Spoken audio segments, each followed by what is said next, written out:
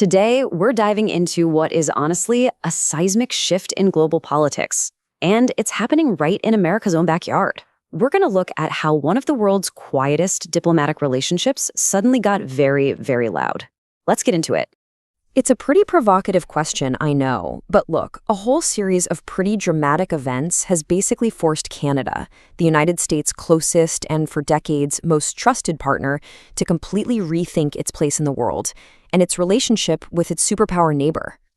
For generations, this is what the US-Canada relationship looked like. I mean, this bond was built on shared values, totally integrated economies, and just an unparalleled level of trust. So what happens when the very foundation of that trust starts to crumble? Well, it all really kicked off when the familiar rules of the game were just suddenly thrown out the window. A new, much more aggressive tone coming out of Washington forced Canada to confront a really startling new reality. And we're not just talking about a little diplomatic friction here. The language from the US administration became openly aggressive. There was even talk of annexing Canada to get access to its huge natural resources, especially its fresh water. You can imagine that kind of talk sent absolute shockwaves through the Canadian political establishment. And this new tone, it wasn't just talk, it got formalized in trade policy. The longtime North American Free Trade Agreement, what we know as NAFTA or ALANA, was basically ripped up. It was replaced by a new deal, a COM. And this wasn't just a simple rebranding, it was a fundamental shift. Washington rewrote the rules to favor itself, basically changing from a partner to an aggressor. So, faced with all this new pressure, Canada didn't just sit there and take it.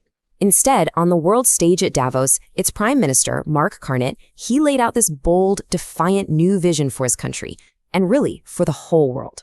Carney's message was a stark warning. He pretty much declared that the world was at a historic breaking point, a point where, as the quote says, the strong act as they will and the weak suffer.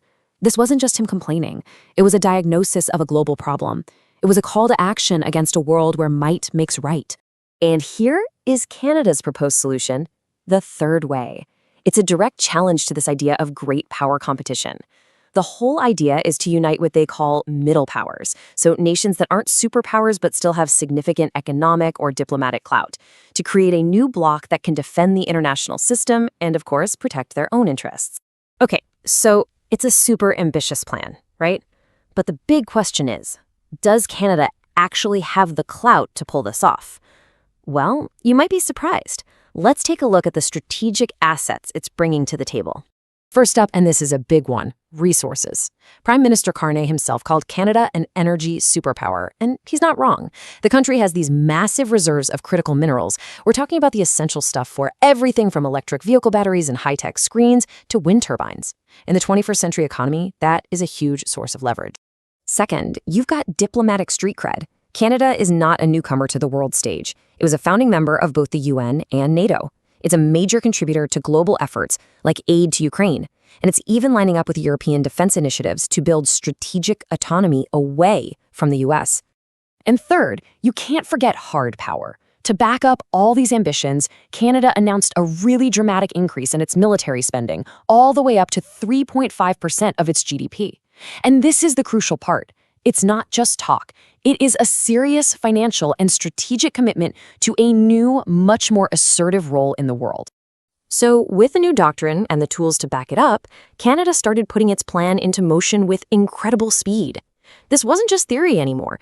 This was about forging a whole new network of global alliances.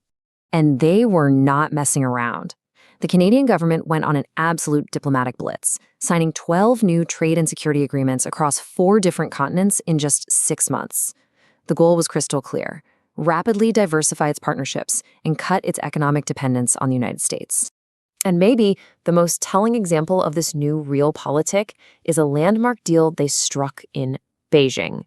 Canada agreed to trade its oil and fishing resources for Chinese electric vehicles. Now, this move shows a real willingness to engage directly with America's main rival, signaling that Ottawa is absolutely playing by its own rules now. So, what does this all add up to? Well, it's a high-stakes gamble, a strategic pivot that could totally redefine Canada's role in the world, and honestly, change the dynamics of the North American continent forever. So, the key takeaway here is this. Canada has decided it can no longer afford to just be the quiet, reliable partner. It's actively trying to transform itself into an independent strategic player, using its resources, its diplomacy, and its new alliances to carve out its own destiny. And that leaves us with a really fascinating question for the future. We've seen Canada's bold strategy, but it represents a much bigger trend.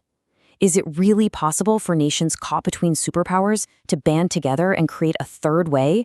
Or will they just inevitably get pulled into the orbit of one of the giants? The Canadian experiment? Well, it might just give us the answer.